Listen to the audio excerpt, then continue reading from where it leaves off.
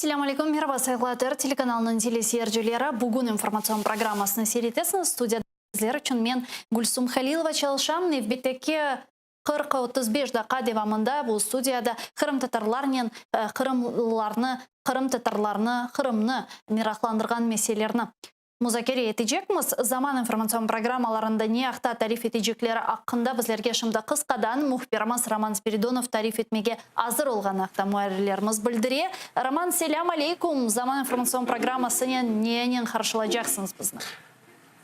Алейкум селям, Гульсум. Сегодня мы расскажем о таких новостях. Начнем с заявления Владимира Зеленского на видеоконференции с депутатами Европейского Союза. Он заявил, что международная площадка по вопросу деоккупации Крыма нужна для противодействия дальнейшим угрозам безопасности и для защиты прав крымчан. О необходимости такой площадки Владимир Зеленский заявлял во время своего выступления на общих дебатах 75-й сессии Генеральной Ассамблеи ООН. Там он призвал стран-участницы ООН к участию в этой платформе, а на встрече с евродепутатами отметил, что курс Украины в Европейский Союз является еще более актуальным, чем ранее. Ему вторит и министр иностранных дел Украины Дмитрий Кулеба. Не надо закрывать глаза на действия России в аннексированном Крыму и на оккупированной части Донбасса. Дмитрий Кулеба призвал мировое сообщество на виртуальной министерской встрече, которая состоялась в рамках общих дебатов 75-й сессии Генеральной Ассамблеи ООН. Мировое сообщество не должно закрывать глаза на попытки государства, постоянного члена Совета Безопасности ООН, заставить замолчать правозащитников, гражданских активистов и журналистов на временно оккупированных территориях Крыма и Донбасса под видом проведения контртеррористических мероприятий, заявил министр иностранных дел. Прокуратура Крыма и Севастополя сообщила о подозрении и объявила в розыск 2 граждан Украины, которые во время оккупации Крыма были участниками незаконного вооруженного формирования самообороны Севастополя. Уголовное производство открыто по статье создания непредусмотренных законом военизированных или вооруженных формирований. За это предусмотрено лишение свободы на срок от 4 до 8 лет лишения свободы с конфискацией имущества. Имена и фамилии подозреваемых в прокуратуре не называют, но установлено, что это 2 граждан Украины, которые были участниками незаконного формирования самообороны Севастополя и в феврале-марте 2014 года участвовали в создании незаконного блокпоста под Севастополем, блокпоста Гончарное. Они занимались тем, что незаконно проверяли документы, обыскивали машины и преследовали проукраински настроенных жителей полуострова. Керченская паромная переправа, которая возила незаконно из России людей в Крым и перевозила грузы, сегодня прекратила свою работу. Вот именно сегодня был выполнен последний рейс, а причина остановки – отсутствие заказов. И теперь из-за этого 300 человек, которые работали на этой переправе, останутся без работы. Поговорим о ситуации с водой. Засуха подбирается и к Севастополю. Оккупанты ищут судорожно выход. Они хотели перебрасывать воду в город из близлежащих рек, из которых водой пользуются жители близлежащих сел, но люди оказались против, потому что в этом случае они окажутся без воды, а форпост российского Черноморского флота, который обеспечивается пока еще без графика, в отличие от всего остального Крыма, уже к концу года окажется на сухом пайке. И даже оккупационный глава Крыма Сергей Аксенов заявил, что из Крыма севастопольцам воду не дадут, потому что ими самим мало. И вот на самом деле, почему не хватает этой воды и что об этом думают сами жители близлежащих сел Севастополя, вот об этом мы расскажем в нашем сюжете. Будем говорить о ситуации с коронавирусом. Там 3 человек уже умерли от этой болезни. Вот такие новости, о которых мы будем сегодня рассказывать. В 19:00 на украинском языке и в 21 на крымско-татарском. Чухсағыл Роман, бұл бізім мұхбирамыз Роман Спиридонов еді Ньюзрумдан Қырымда Қырымыле бағлы сонки хаберлер ақында тариф етті. Заман информацион программаларына сейретмеге ұнытманы сәғылы дослар саат 19-да Украин тілінде Уренеси Тумерова, саат 21-де Шевкет Наматулаев сізлеріні бұл хаберлерінен қаршылajak ve тариф етежектір. Мұна Романның айтқанына көре COVID-19 хасталығындан кене ишғал етілген Қырымда әлек олғанлар мевжут ве сонки мұна біз аламыз малюматларны инсанлар яза чешіт түрлі информацион васталарында, ичтимаи ағларда, Инстаграм олсын, Твиттер олсын, Фейсбук ве еләхре эксериетнен Қырым татарларының хасталанғаны, чоқ хасталанғаны білдіріле ве бұны Қырым татарларының иштирак еткені дуалар, тойлар ве еләхре бұнен бағлайлар. Әлбетте ки біз анлаймыз Қырым татарлар үшін, бізлер үшін бұл дуаларның, тойларның емиетіні, мұйым олғаныны вейләхри фақат сайғылар қадашлар Лютфен. Бүгін тышарыда коронавирус қасталығы мевжут ве бұна жидди бақмаға керек. Ве өзімізні қорчаламақ межбүриетіндеміз. Өзіңізні, қорантанызны, қартана қатбапаларымызны қорчаламақ межбүриетіндеміз. О себептен топлы бойле бір жемиет ерлеріне баражақ олсаныз біле Лютфен өзіңізні қорчалаңыз. Ичтимаи дистанция, ичтимаи меңзіл деген бір шей бар. Оны да тұтыңыз ве өзіңізге да яқшы бақмаға тыршыңыз. Бүгін біз қорчаламақ керекміз. Бізден ғайры бұл ичкімсе бізге ярдым етіп оламаз. Инсан бүгін өзінің аяты үшін месулиетлі ве садеже өзінің аяты үшін дегелде бұтын қорантасының аяты бүгін барымызның қолында. Өзіңізні қорчалаңыз Лютфен сайғы достлар. Мен сен невбетеке дигер меселерге кечмеге істейм. Романның қайд еткеніне көре сув меселесі иле бағлы хаберлер шымды пейда ола ве бұнын иле бағлы шымды бір левқаны сейретмеге теклиф етем сіздерге ве біздің мұсафірлерімізлен бағланы бове дигер меселерінде музакер етежек мұскеліңіз бақайық левқаны. Води Севастополю вистачить максимум до кінця року. Це визнала окупаційна влада. Основне водосховище міста Чорноріченське вміщує понад 64 мільйони кубометрів. Зараз залишилося близько 18 мільйонів. На свіжих світлинах видно, що колись могутня водойма перетворюється на кволий ставок. Проблемою перейнявся володар Кремля Владимир Путін. Попередньо погодився виділити майже 4 мільярди рублів. За ці гроші мали б побудувати колосальну систему перекачки води з річки Кокоска. В селі Аромат, де планували забір, люди вийшли на протест, бо водойма і так більше нагадує дрібний гірський струмок. Але це єдиний порятунок для Севастополя, бідкаються окупанти. Сегодня мы забираем при такой 170 тысяч, которые мы в сутки подаем, и берем с водохранилища 110-115 тысяч кубов, у нас остается на 3 месяца. А что потом, если не будет паводков? Вот мы можем говорить, охранные зоны, а где воду взять? Сегодня Кокоска – это один из элементов сегодня подпора Севастополя. Води Севастополю не дамо, бо й самим бракує. Окупаційний голова Криму Сергій Аксьонов різко висловився проти такого проєкту. Селяни шоковані. Заради порятунку Севастополя весь регіон може перетворитись на безлюдну пустелю. Губернатор озвучил, что январь, февраль, март, каждый месяц Севастополь рассчитывает брать из Кокоски по 15 миллионов кубометров воды. При этом годовой сток Кокоски в лучшие годы, 80-е, был 30 миллионов кубометров за весь год. То есть этих вод просто здесь нет. В общем-то и не было. Вже більше місяця мешканці Сімферопольського, Бахчисарайського району та столиці Криму бачать воду по пару годин зранку і ввечері. Севастополь перейде на графік з нового року. Принаймні такі плани окупаційної влади міста. Але містяни не в захваті. Вони ж бо теж бачать кадри з сімферопольських осель, де з кранів тече як не іржа, то фекалії. Проте сумніваються, що зайди-керманичі зможуть вирішити проблему. Очень плохо. Осталось там. Говорят, до декабря, но я не верю. Раньше кончится. Так что Пусть работают, что же они, одна болтовня. А то, что они хотят с реки там перебросить, лучше крымчан обижать, и эти встанут стеной, не дадут. Будем приспосабливаться, что делать?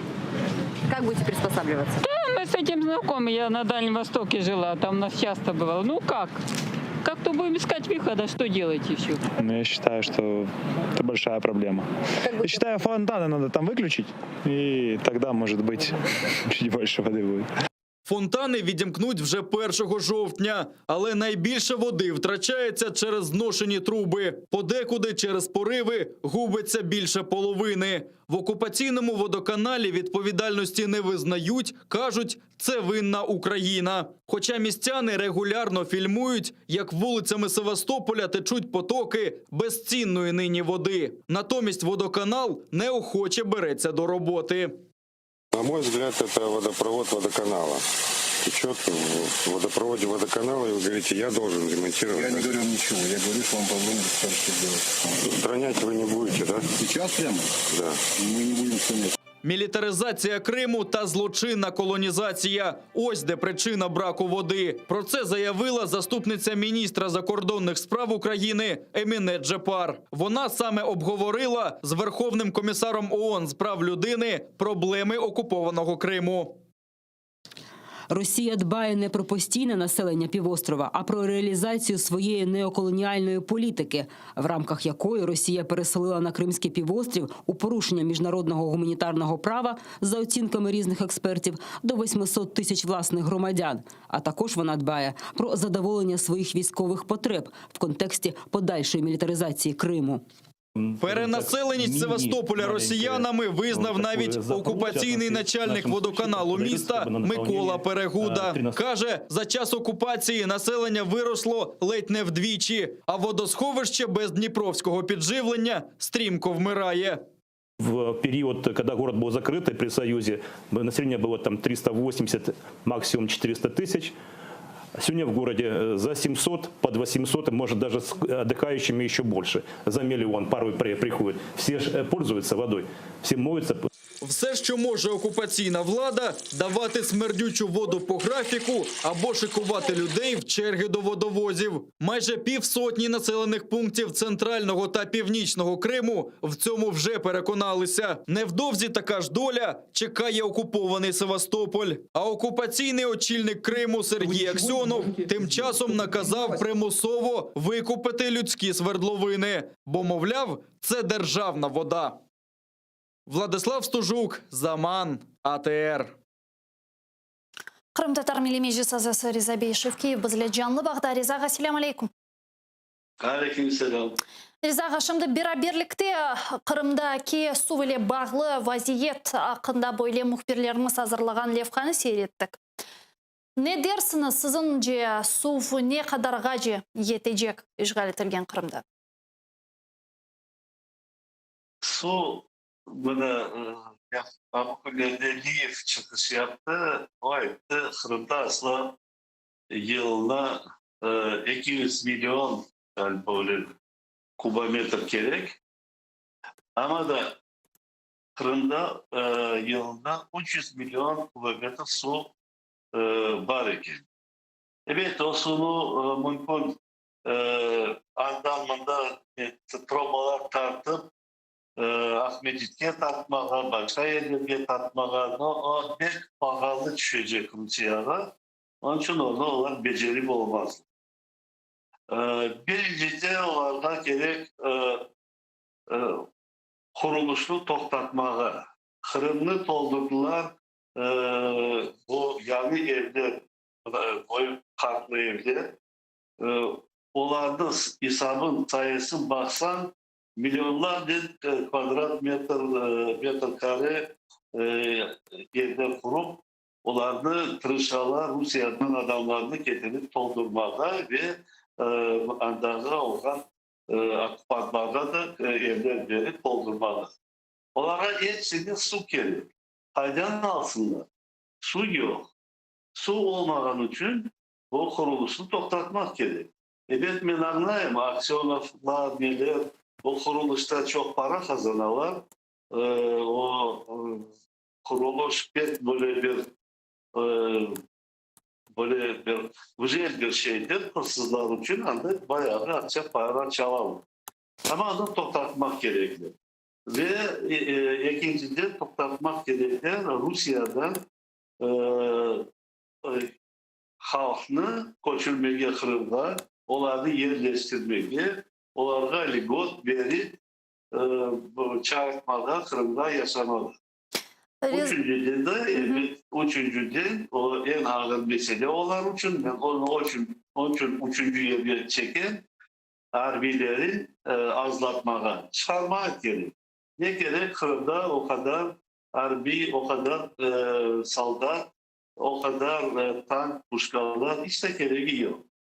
Çünkü onların hazırlığı bilmiyorum ya da Ukrayna'da baskı yapmaya mı ya da bir Kırım'dan Nipatap'le avianosets yapmaya mı onları da azaltmak gerek. Ya bu zaten onların su yeterlik olur eti kalktı. Bu harbilerinin yerleştirilüvü zaten onların stratejik planlarından biri edi ve bu sebeple Kırım'ı yapan militarizasyasından vazgeçmelerinin ihtimali bence çok yüksek değil. Zahiraga bizle şimdi canlı bağda Rizaga Kelini sonun yayınımızga davet eteyik. Resmiyetliğe Kurultay Merkezi Seçim Komisyonu'nun reisi Zahiraga selamun aleyküm.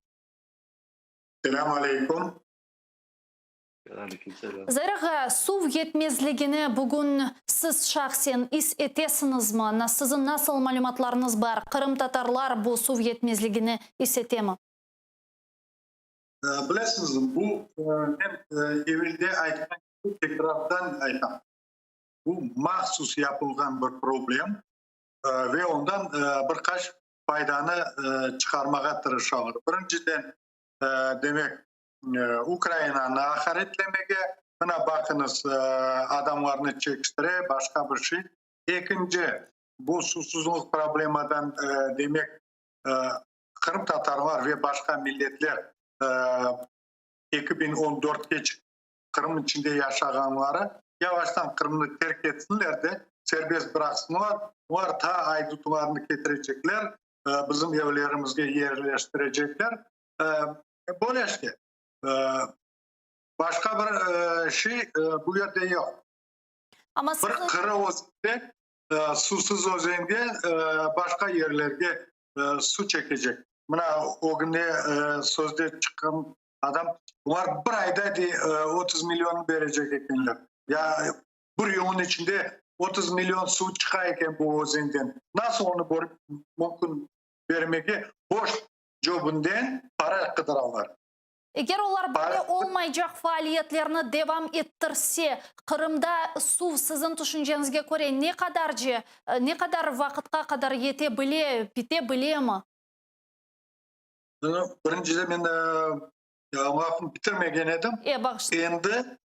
Endi buna men o güne aytkan fikirlerini endi seslendirmeye bu idareciler de başladı.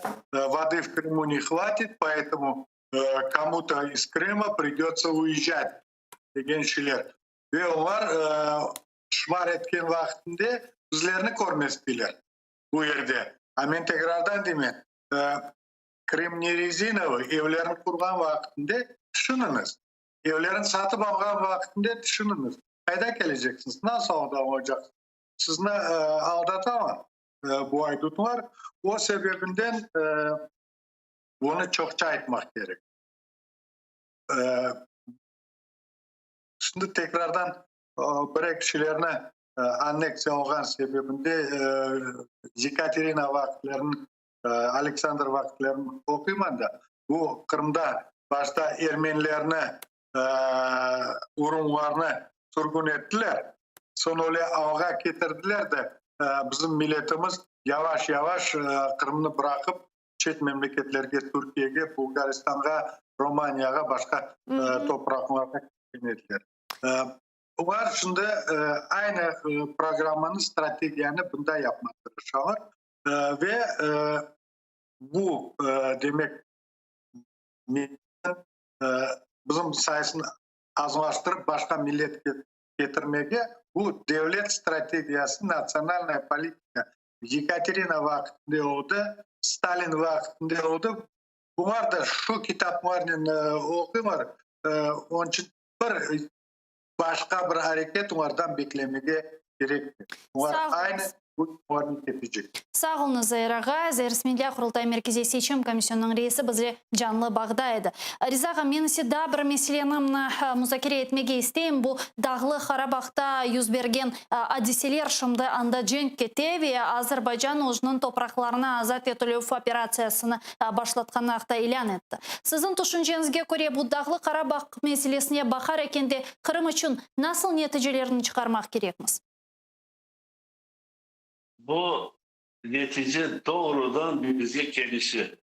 Ondan biz bakıp bayağı şeyi öğrenmek gerek. Birincisi ben bir güzel bir ne koyayım primer. Misal. Misal bizim de vakti geldiğinde biz de öyle azınlık tutup Kırım'ı boşaltmak gerek olacaktı. Bana Azerbaycan'dan beğendiğim çalışmaların olan 30 yıldan beri armiyaların pekiti, koçerti, Türkiye'den çalışıp, dostluk yapıp, bayağı böyle teknikanı da satın alıp pekitler armiyaları ve vakti geldiğinde o toprakları boşaltmaya başladılar. Mutlaka bizler de hükümetimizden başlayıp, Ukrayna hükümetinden başlayıp bu stratejiyi tutmak gerek olduğunu da tezce albini doldurmak gerek böyle teknikanın onları çekmek gerekler yakınca Kırım tarafta ve Rusya'da korsun Ukrayna hazırlık tutan vakti geldiğinde Kırım'ı basıp alacağı. Başka çare galiba yoktu. Çünkü ekonomik sanksiyaları pek uzadı. Yana da ekonomik sanksiyalarla Rusya basılsa ve pek küçük kalmasa da yana da içine harbiler girmek gerekli. O zaman andağı okupantlarının kuyrukları, aksiyon armiyaları onların da temizlemek gerek olacaktır Kırım'da. Onun için Ақтымаға бізле шымды бағланды Құрылтай Milli Meclis Reis Muavini ve Европейская Solidarность Firqasından milletvekili. Ақтымаға, ya siz nasıl көресіз bu Dağlı Qarabağda yüz bergen hadiselerini ve sizin düşüncеңізге көре biz özümüzge bundan nasıl bir netice, nasıl bir tecrübe çıkarmak gerekmiz? Tecrübe bilmeyeyim, evet şu anda olan vakıyalar onlar көрсете ki bu bazı bir demagoglar mında Vakarchukka oşan ya da başka diğer zamorоженный konflikt degen Avrupa'daki siyasetçiler ya da onda olan bu siyasetçilerin çok konuştuk. Zamorоженный konflikt demek özünün aldatmaktır.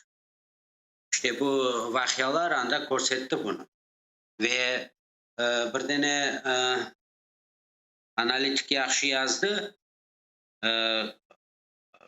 Ermeniya bu 25 sene Rusya'nın bazalarını o topraklarında yerleştirgen zaman Rusya işanıp bu cenkini alıp vardı aslında.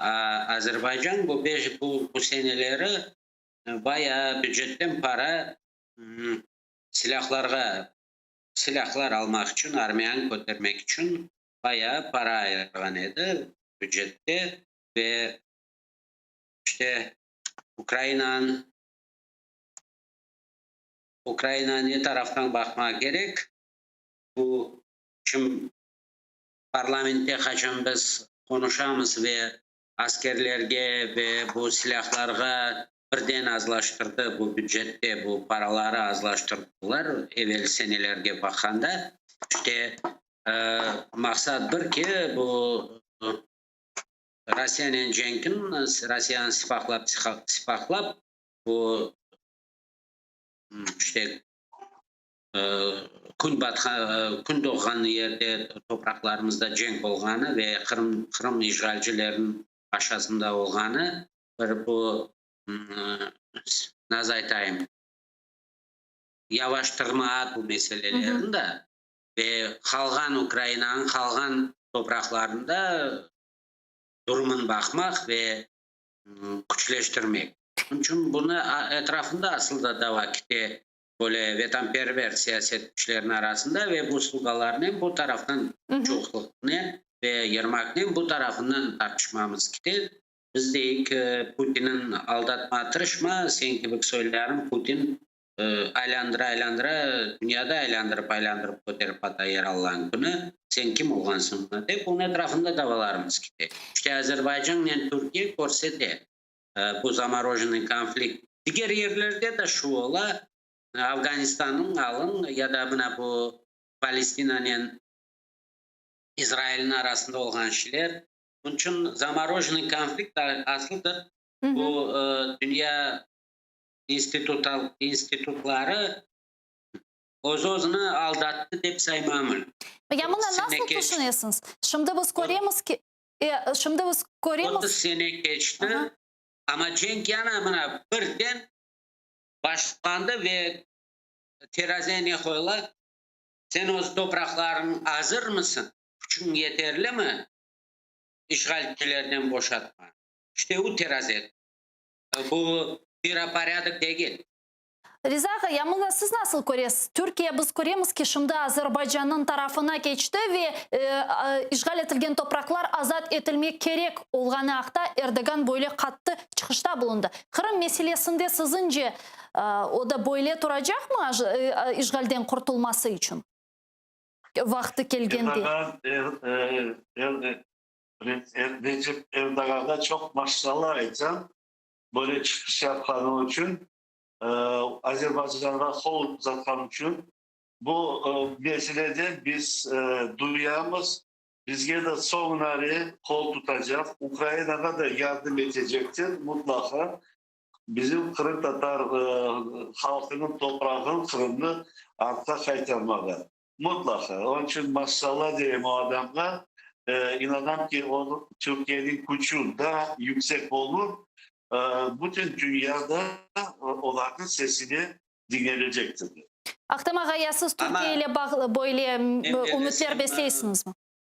Evet, bu Türkiye'nin pozisyası şimdi dünyanın da şaşmalattı. Koremiz, Fransa, Germanya ya da Guterres'in bugün sabah çıkan Koremiz. Ama ben de hoşulam bu Erdoğan'ın her zaman pozisyası böyle bir doğru edi ve açık edi. Ve o elbette Türkiye'de mi bu Cenk'in yapmak gerek, Cenk'le uğraşmak gerek ama değil bu nazdiler adaletsizlikte bütün dünya 30 sene bakıp bir meselenin çözmedi, ozu işlerine uğraştı ve ama bu keskin mesele birin toprağın basıp aldılar ve onu böyle tutmaya kolay kim bu toprakların basıp aldı. Ama kimin toprakları basıldı o onu devleti, hakimiyeti aslında bu milleti bir günge unutmaz olgen insanların bu toprakların taşlap gidip o evlerin taşlap gidip insanlar bir gün unutmaz. Onu balları da o ser çıkar ama unutmaya vermez. Onun için böyle yana kaytarıp aytam Erdoğan'ın pozisyası böyle adaletsizlik bir kimse gelişmeydi ve ozu açık pozisyasını korsetti. Şimdi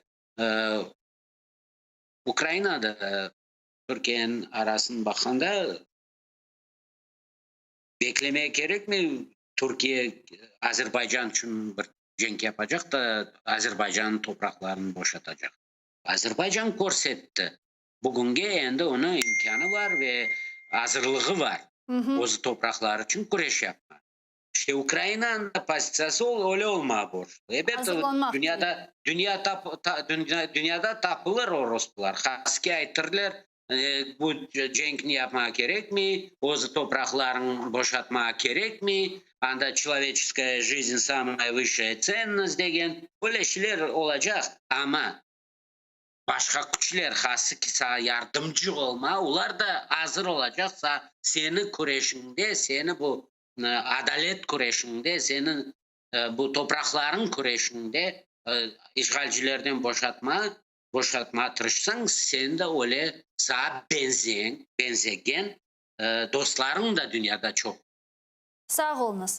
Ақтымаға сақ олыңыз, Ризаға сақ олыңыз янымызға қошылғаныз үшін милли межис азаларымыз Риза Шевкеев, Ақтымаға чигоз бізле жанлы бағда еділер тешекурлеріні білдірем. Сағыл арқадашлар, мені се бұл бөлікні екүлнемек меч бұретіндем. Бір 5 дақадан Заман информацион программасы сіздеріні қаршылай Украин тілінде Орияне Сейтумерова сіздерге соңки хаберлерін тариф етежек. Sonra бұл студияға қайтып бұл хаберлеріні музакер етежекміз. Көрішкенше.